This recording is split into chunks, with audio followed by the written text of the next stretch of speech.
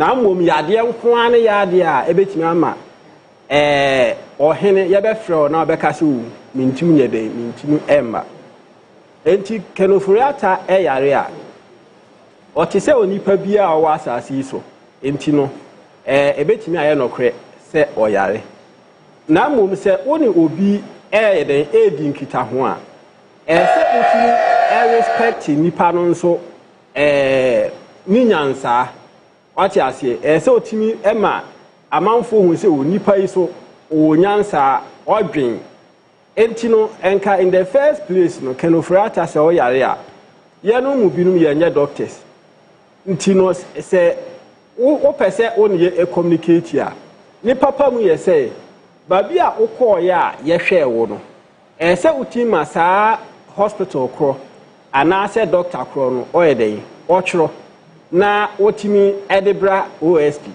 na ono nso etimi ye den ekenkan se ono kra ntinsem na ewo krata no mu ase a megidie se ye doctors akukudam wo ho a bebetimi ayeden akan na ba analyze e bi akire special prosecution say yade asumasi no wo yeden wo yare me ne wo kasa yi ye timi to ye nsafro OSP to ne nsafro na what make you excuse from January and I mean can say February no ho no ne issue we started say oto ne nsafre wa time bia o de yade eni yi ho ano yade na wo di yi ho ano no so nyina na akwa eti say wa mom no te ho no ma o church krata e de yede e de bre OSP na ene ya ye kan ho asem yi ene de kra mpo de akwa ye wife o yiri mom ne nne de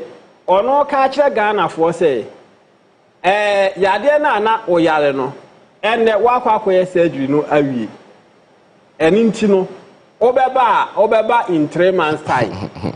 Now the question is that sa information no ehefa no wife edi free or no communicate as a surgeon ono no mom eye operation no ono no e report ya Ghana for ana say or communicate as a personal aid ana say saying wahu nti wotimu say enya dia kenofriata na busuafo be respect Ghana for be muye in the first place because o hwe ne ya communication na or the buy no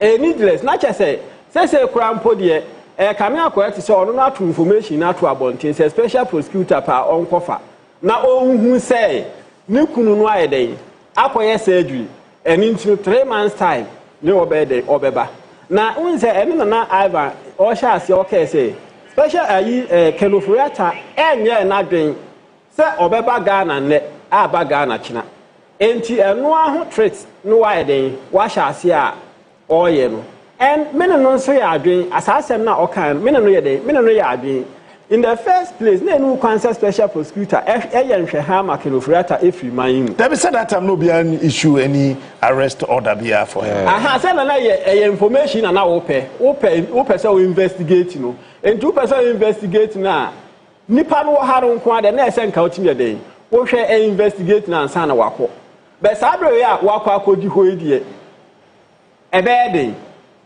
wahu eni ntino ne me ka bi akwa wie say sa way of say ayi kenofriata no na busuafo wo ho no ma na busuafo aka ache o say o red alert na to wunyini mfiro wo ho ana na yere enso de ayi communicate eba wo ho ana nti chese kame akoya ti say buo na ne benye den be mu Ghana fo this is somebody what na Ghana high say atimi ayeden adi insamoni bebre ama busuafo et ho ehwe kenofriata ene ode yade eyi no ho ano but time na MPP was nyama bebre ekosu Captain Okai ayi ofrensen man Williams Tevi NCA charge via the ball Williams Tevi about $4 million ayi corruption the scandal papa not every week be no worry na issue na catheter esheno but every week be na court twice every week oko court twice oko Tuesday no wasin akọ Thursday per sitting bia no oko spend 4 hours until within the week you know na man no spend 8 hours e court MPP for hu ni mobile say obi a owo renal issue a catheter she or court na court na catheter she no dey court 4 hours within a week you know oko twice every nyina chi no ba mfa no wanche no besan jeli no 16 years where near MPP for 18 years no asasi so but jeli no 16 years na jail no nyina no osanko maritime hospital every year be you know from offense and prison no akọ maritime hospital enti other jail nyina no osane hwe no ho yade enti se yetim de yade ye ho anu sei dia e ma ne ye yi a adenti a ho no mom no wotimi prosecute obi nie oyare etwina de no kotu na ho de hu nipa de oh MPP for no pese sometimes be pese we paint picture bi I say be first class human beings dia Bennett ye say be mom ne issue no fa be ho a oh justifiable but say any other person bia dia ene yemfa no famra kwan so na nsan ya ya chi wuntumi ana be ye woyo waya yi kwabnado for case be chi ayi kwabnado for obi a obeye ayi deputy governor esan be ye governor then time ayi bill terms abedi man no 100 million ene no na ye ayi chairman wuntumi de be ye hu dede saa entino captain de me kan de akọwie say kenoforiata obi a wa mamanfo bebre awu Ghana ha wa mamanfo bebre anya ofrensen yade a ne beko be yade what you say banking crisis ya ayi Ivan kan ho asemi now there wasn't any banking crisis bia artificial ban be create be share that create say oh na banks no issues because not the minimum requirement are banks no ehia Ghana ha say 120 million ne bank kasabetna ase share say yankuku minimum capital requirement enfanko 400 million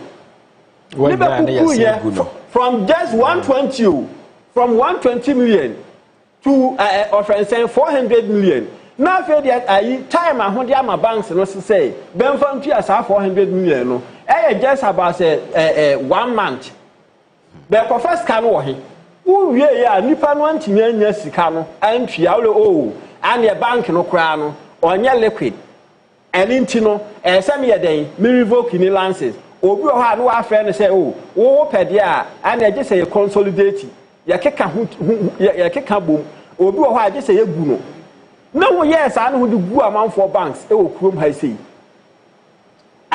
ne nyina no na ye wo kenofori ata wo na wo ye den wo da no wo na wo di sa aduma no nyina before NPP ebeba na sa wo kenofori ata wo banks ne no business no na enru ba bia adri but na hu wo adwempo bi say oh hu pese hu ba be create some kind of financial empire and then yes Japadia document na ebeto odwa na amanfo ka ho asem no because na badwin nyina ebe say se bebeduru a beba be create financial empire yengugu amanfo banks yen say amanfo nyuma eno no sa ni betimi ama yen so yetima eden yetima ba be control system no ne neba ya se amanfo nyuma organ ha sei last meeting say na we interview Amuabe issue no ka se kenoforiata before obe na say wagu ne bank no Amuabe bank no ona oni fia na do no ahu obi a oye wo ankasa wadamfo o tim bet na ofie ni hu ene wudidi wonim pefe say o ba begu ne bank eno no krampo no wan ka hwe anche no ade a chen ye na wo ho titi mu na nipa no te ye ne say wagu ne bank nipa bonifo sem we selfa Dr. Indom bank na begu no wo ni companies dodo na be save wo sa bank wo de ma Dr. Indom kura bo from sa de no because now companies no do na GN electronics, GN credits, GN farm, GN media, GN whatever ni na ben so be save GN bank. Who collapse banks no? Sa companies ni na sika na ewo GN bank no. Kwan fa ma no. Ohu, kwan fa ni sika na ma no. Sa companies na save wo sa GN banks ni na sika na ewo ho no. Who collapse ni who seize who freeze sa accounts ni nyina.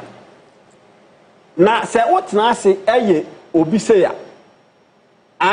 Ena na ayi kan Dr. Endo na ye friend no adwuma wura ono no create adwuma organ ha manipa bebre enya bi ye no ene ni nyuma ni nyina hwagu no kame akoya ti se won create adwuma bi ada you see ye ntena wiase enye saa ene ya ayi offense ye ka won se na wo ka ayifo asem wo sofu ya asem about ono so ka se National Cathedral, you may 25 million dollars. Me as be may 25 million Ghana cedis. Enumum me den dia sika be mum ben sakaye. So kame akoya to say enu the 58 million na Ghana for nyina ka ho. I don't credit that time na fe year 28 na ma. Enti no ye Pentecost aso dem was Church of Pentecost PIWC. Pentecost International Worship Center.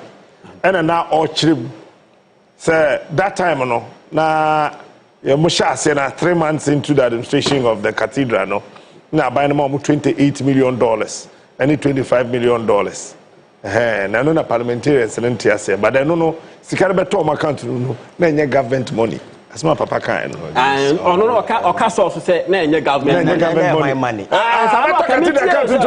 yes serious enye government money wahu enti kenofreta adiboni bebre organ haya ene no sa ayi public sympathy na open no on merit because enam ono ne nsamone a wadi so ama nipa bebre awu krom ha sei enam ne so ama nipa bebre si sa ayi domestic debt exchange a odi ba yi no enipa bebre pensioners ana be sika ewo wo banks a na at least be pebidia to aduro mpo keke aduro obi a wakọ pension a ono ni ska wo bank o pebia to aduro kekekura na onya eno so ne masa ayi pharmacies ya wo kan na semu no eno so ne odi wuyi how entino captain meno de megidie say kenofrata nye ready say opese oba Ghana but ye hear more commitment from the OSP kame akoya say Ghana for asha say kase wo benje da hu how committed the BI say OSP no what you say and again we hear no through hon ma ye wo other matters why say OSP no or den ohwehwem onye no ohwehwem because Ghana no ya boka ache yes ka kodi amanfo ho ache this is the time say etimi den yetim retrieve yes ka Ghana ha isi captain is done now maybe that's it hey, that's the time answer. Oh, let me check mom time kaka na yen share rent issue no ketu ana bibi ho person. Yeah, I think anything separate. Yeah, I think the cathedral issue no. Yes, it's issue back on the table so we can't overlook it. Because opade back on Bogan economy to group power back on Onua. And you see the air cost union I've seen said the very people mulidi charge for this senseless enterprise. All of them are feigning ignorance. Just like Papa Ikan say no nim. Now you what about so now $25 million free baby to account to as a reasonable person you are required to know where the money is coming from. Meboa $25 billion. Enye sika ketwa. Me former chairman akasa sa chero no. Se sika to account to man. You should be able to inquire to know the source of. Sa nema we na ya yate ha yenko so no. Because if we look at personalities, we don't look at the deeds that they do. Because these are people more studied to a higher level. No, they should be asking all the critical questions. Me young man, I shouldn't be the one to ask this question. They are the grown men. Or more what that particular intellectual weight to be able to ascertain all this. Captain, yet to come at the time and yes, I am man. Now I'm Krama from North Ebakumas by a Kayaye. Yes, yes, Kaya Yamomo. And some of the villages, Nipana and Moa and Numinsuo from the same stream. Now we are suffering a mini Panabet, the Museum Fagana, Sikankosi Cathedral. When if Rena unity could walk Koleburu, we couldn't finance people. We answer however. These are issues that we need to talk about. Listen, you see, some of this nonsense, and they are entertaining Okroma or mine on Kosovo because me, I got pissed off when that particular idea $25 million cathedral for the cathedral and impact ni there. I'm not mutu yeah. Me say Ghana is serious country. That man will not go to. That I'm more video. Me say Ghana is serious country. And Kenya sorry and over kwatena watch it because I'm in jail cell and on I'm not church because Ghana is serious. It's the reason why they are still working. Yet to Chroma say. And crank to us, who said that enterprise was senseless. We didn't need to. So for because make sure that we can build hospitals, we can build schools, and make sure that we empower young people because in the world, APC. Look at how countries are investing in technology, advances, AI, robotics, and so forth, trying to reposition their young kids to take advantage of the world that is emerging because most of the job you need to go digital on digital platforms. You need to train your people to take advantage. So sir, sikana de yes ane money na. But make a children say, see cathedral Yankopon dia born becha. Na 100% Yankopon find the born bincha no. Captain, we are not serious. Yankopon dia born becha and say civil war ba bete. Na ya kwa ye heavily food. Ya the man and Israel man and na so for ba begum. Israel peace him from away. We need to get serious in this country. Brasa, I never win. I can't answer some chair. They didn't listen. I know the day, it got to a point I didn't jeans and we not suffer with actual letter. My resign, we actual letter. Now my resign. And I'm telling you that these people are coward. Even the courage to tell Ghana for say we are sorry because in some we are resigning. None of these cowards and was able to apologize to the people of this country. All that they did, they said, I have uncovered corruption, so I am hesitating. Hesitating where? When the crime has already been committed. And America just said Ghana is a serious country. And each one of these people need to be bundled together and they're making sure say, we are not witch hunted, but we need to investigate every one of them. Obia exercise discretion, a very stupid discretion, and now so my Ghana lose Sikano. We need to. They didn't know say you judges dying to agu. They didn't know say baby ana ye kwa kwesi no ye be fa man for life. They didn't know say adena ye dey ntimi nya amana na ye betu. Because you are now sat here and I told you said there is no way betimi a complete cathedral ha because funding na se for ye ne ba ho so makofo man sika. Parliament kwa ya mona mande enti osofo na mugu board no so sika no bae no ummisa hu ba bia sika no free e omo so omo ye fundraising omo kwa abonte kwa ye fundraising no sika ba no mo de ba kroma omo bo mo de ka ne bae and I think that you see sa nema we na ya ma manfo play on our emotions for all this why in the name of this God the meaning say yasum nyame do impact on people just to make positive impact say be ye betimi aboa build the moral faculties in us but and is that what some of the churches are doing? And the church na dan magic ne your friend say we na malam sem na yet church na ye obi the bag is one wa chanting na sika gum na ye design them this nonsense we are displaying for people to watch. I think we need to get serious and move beyond some of these things. See your church and the whole essence of church and say yam building the moral facilities within people so by people will be responsible, integrity and that kind of way. Look at the society. The moral fiber of this society is shattered and broken. You can't trust human beings now. You can't trust the right thing. We push people to government. Even churches nankasa corruption. This is the responsibility of our religious institution, both Muslim, Christian, and as a form. And your magic, and then the say making sure that you impact positively on people. Sabaya Captain Smart bidding or Captain Smart had never to baby. Because of some moral foundation, look at the society we live in. Do you see those things? Because the churches have moved from that moral education, a magic. And I take over the space. Nobody is teaching Obi a choir and the reason why we are here. So for me, I think that we need to set a sample with these people. Now you make sure say next time or mine sika, you'll be very careful. It doesn't matter where you are. See a casa cathedral when I be near Mabisea. Do you know who you say? Sikana ya de mameno, I am Maracanson, I fire de mamen. Nasa Sanema way, it's not as they didn't know. They knew because some of us were out there telling them all these things. Any say yes, I know. They never listen. Let me back to the rent issue. Look at the problem. Housing deficit, because and then housing a big issue. And this is kind of thinking to me. You tell about me promises or behind them my young people. Now young people be behind them movie. Empower the people, let them work or work or not behind them. I don't need government to rent for me. For how long? You understand? That's right. Provide them job. Or Jumana out of the proceeds, no one can behind them. Housing deficit is all over. Sadly, my we are not more. So, Captain, I think the rent issue is one issue. Government will have to pay attention to because Accra, a draining a lot of young people. And then the man, yes, 2 years, 3 years. That's the kind of amount. But Emrao Hose, you can't even take your rent advance more than 6 months. Emrao Ho, I think the parliament is working on that particular law to push it to 1 year. But these things are not working.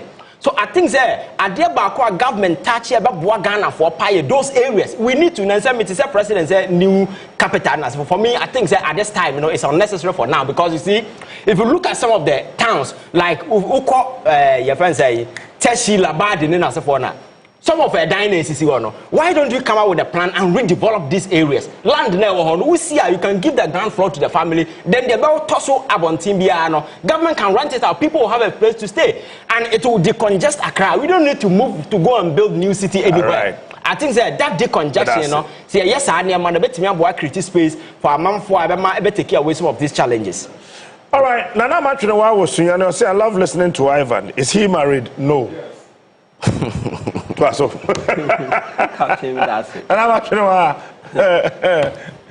Ivan is not married, but you are engaged. Lucius, that's it. Tepamahine says I won't come on you, and pay one carbon. That's the message he sent to me. Why? Tepamahine. That's one carbon no pay. Oh, say Casa, say. Oh, Casa, no, I mean, can say involuntarily, no, ever. As I don't pay.